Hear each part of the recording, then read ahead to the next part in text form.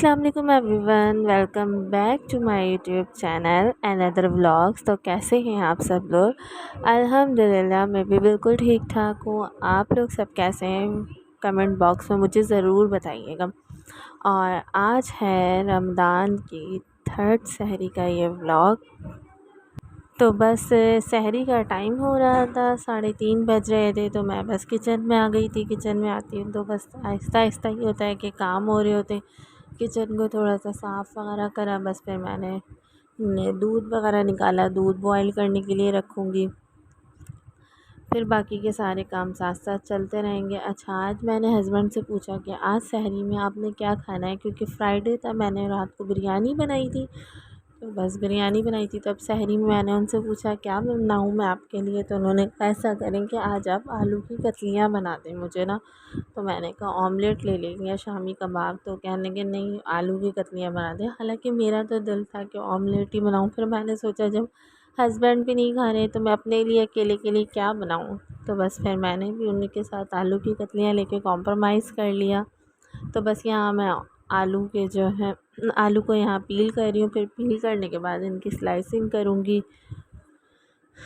पील मैंने कर लिया था, अभी देखें स्लाइसिंग कर रही हूँ। तो बस फिर उसके बाद आलू की कतलियाँ पहले बनाऊँगी, फिर बाद में पराठे वगैरह जो हैं बाद में ये सारी चीज़ें करूँगी। सहरी का टाइम होता है, शॉर्ट होता है और जल्दी जल्दी गुज़र भी रहा होता है। तो बस ये होता है, कोशिश यही होती है कि 4:45 या 4:30 बजे तक सहरी करके फ़्री हो जाएं, रिलैक्स होके। अच्छा, मैं सोती नहीं हूँ, मैं जाग ही रही होती हूँ। बहुत कम ऐसा होता है कि मेरी आँख लग जाए, नहीं, वरना मैं ज़्यादा सोती भी नहीं हूँ सहरी के टाइम में। क्योंकि मेरे अपना है कि मुझसे ना तो फिर सोकर उठो तो ना तो सहरी बनाई जाती है और ना सहरी खाई जाती है मुझसे ना, तो इस वजह से मैं फिर सोती भी नहीं हूँ।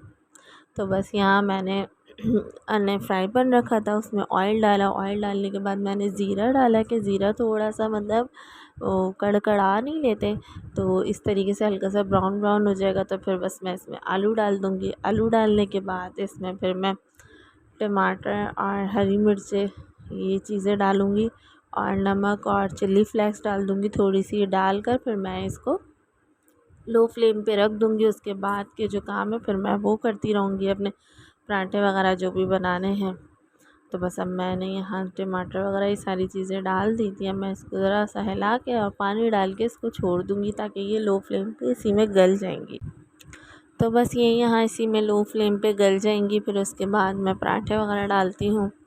अच्छा, आजकल ऐसा हो रहा है कि आटा जो है ना, मैं मतलब 11 या 12 बजे रात में मैं इशा की नमाज़ पढ़ के जब फ्री होती हूँ ना, तो फिर मैं आटा मैं उसी टाइम गूँद के रख देती हूँ। मैं कहती हूँ फिर सहरी का टाइम वैसे ही शॉर्ट होता है, फिर आटा वगैरह भी गूँदो तो ये होता है कि ना टाइम बहुत ज़्यादा हो जाता है इस वजह से। तो बस फिर मैं आटा वगैरह गूँद के उसी टाइम रख देती हूँ। ये होता है बस फिर सहरी के टाइम दूध वगैरह उबाल लिया। अच्छा, आजकल ना गैस थोड़ा सा बहुत परेशान कर रही है। आज भी गैस हमारी जो है ना सहरी के टाइम पे आई थी, कोई जो है ना 3:30 बजे, 3 बजे से मैं चेक कर रही थी, आई है 3:30 बजे गैस ना। तो बस ये हो रहा है। और बस यहाँ मैंने वही मामूल के मुताबिक 3 पराठों के पेड़े बनाए हैं और बस यहाँ 3 पराठे बनाऊँगी, एक मेरा, एक अम्मी का और एक हस्बैंड का।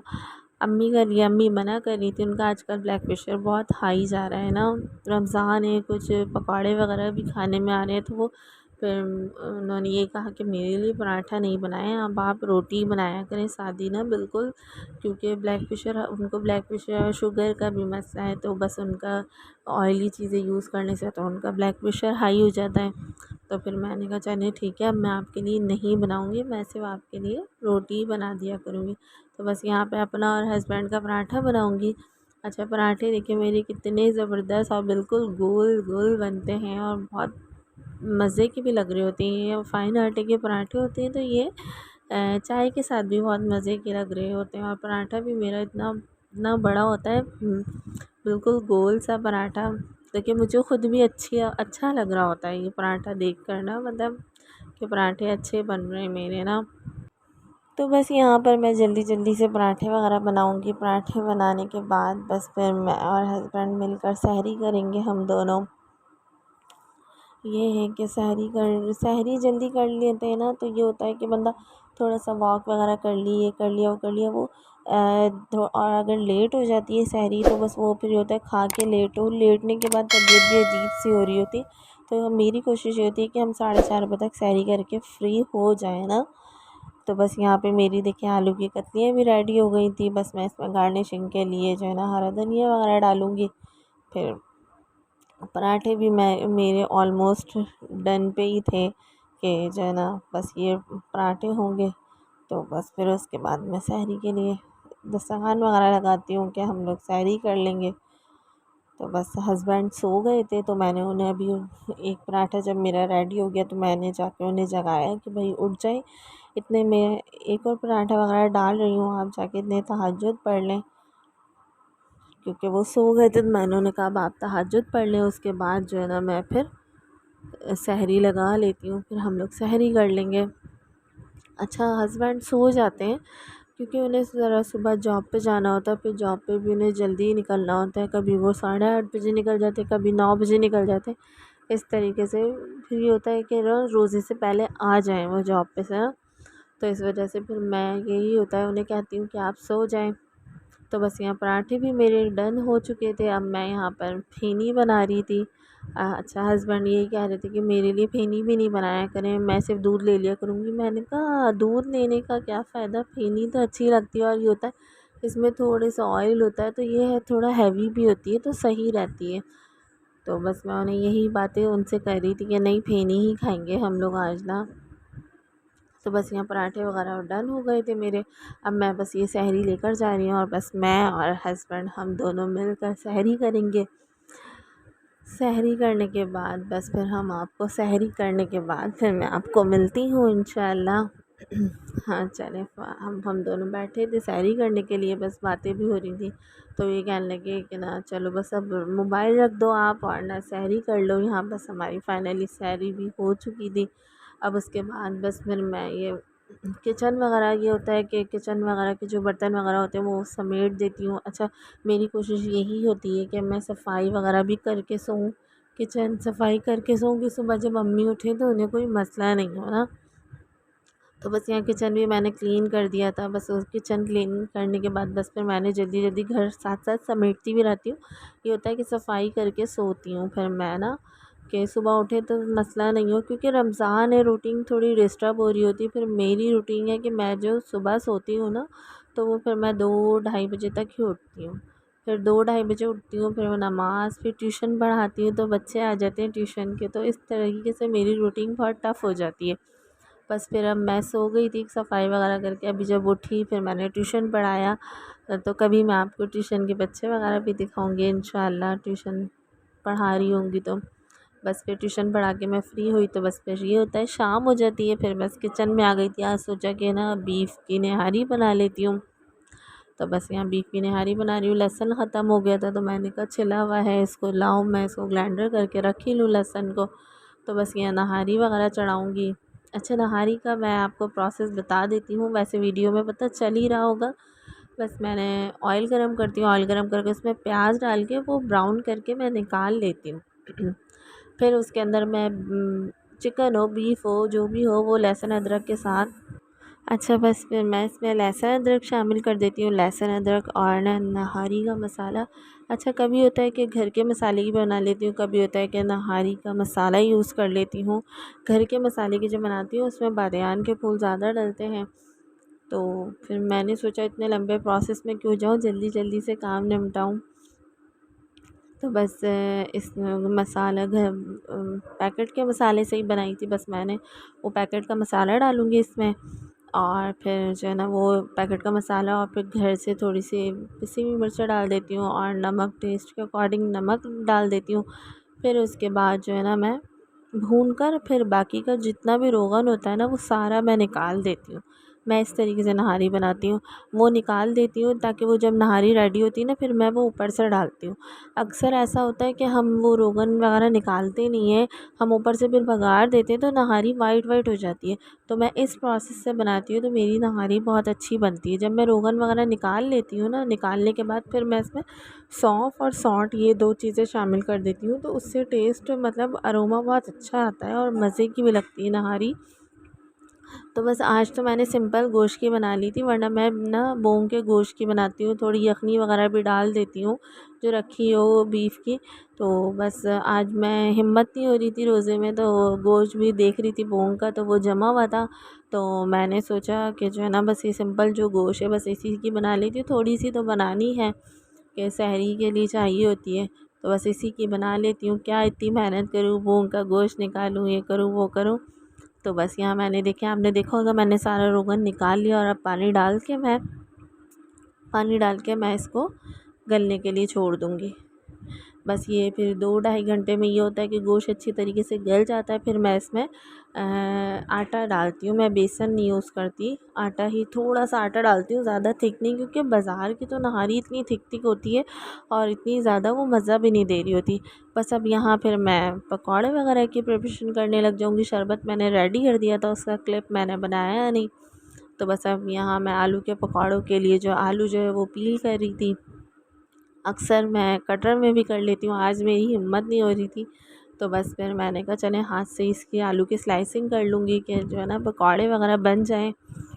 बस फिर आलू के पकौड़े बनाए और प्याज के पकौड़े, और ये सैंडविच का भी बैटर रखा हुआ था, तो मैंने कहा चलिए ये सैंडविच भी बना लेती हूँ मैं। तो बस यहाँ 3 सैंडविच बनाऊँगी। तो बस फिर तो पकौड़े वगैरह भी बनाई दी थी, साथ साथ हस्बैंड आ गए थे, तो बस उनकी भी तबीयत आज बहुत अपसेट हो रही थी, उनके सर में बहुत शदीद दर्द था। तो बस वो आए और बस नमाज़ पढ़ के फ़ौरन लेट गए कि जो है ना मैं लेट रहा हूँ, जब रोज़े का टाइम हो तो मुझे जगा देना, मेरे सर में बहुत दर्द हो रहा है बहुत शदीद। तो मैंने कहा चलिए ठीक है आप सो जाएं, क्योंकि अक्सर हम मतलब जो काम वाले होते हैं उनकी नींद भी पूरी नहीं हो रही होती, रमज़ान में रूटीन वैसे ही डिस्टर्ब हो जाती है कि जो है ना नमाज तरावी फिर सोने को नहीं मिल रहा होता। अब तो बस मतलब इस तरह की रूटीन होती है।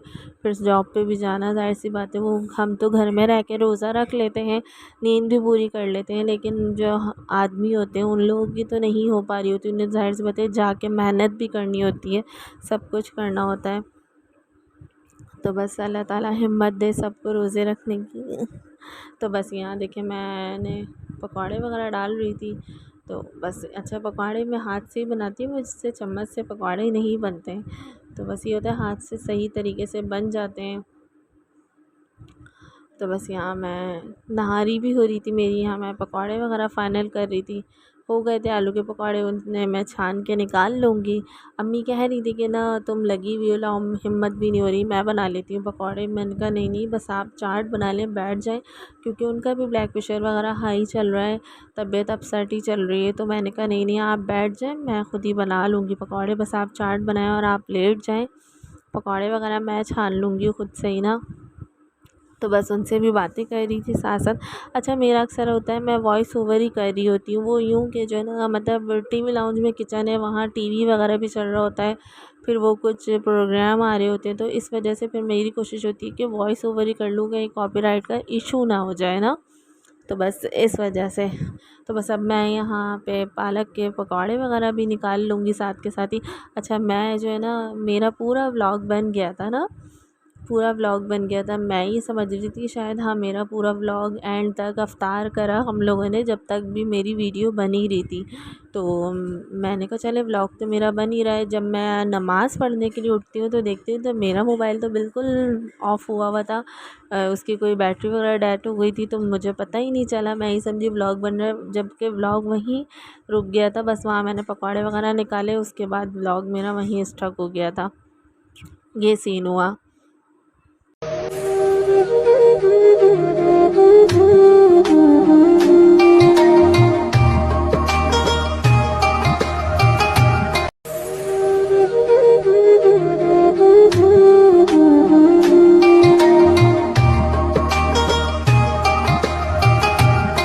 तो बस यहाँ मैं अब प्याज के पकौड़े भी निकाल लूँगी। प्याज के पकौड़े वगैरह निकालने के बाद बस फिर हमने ये हुआ कि रोज़ा वगैरह खोलना, नमाज़ वगैरह पढ़ना, फिर बस फिर काम वगैरह भी हो जाते हैं, फ्री होते हैं।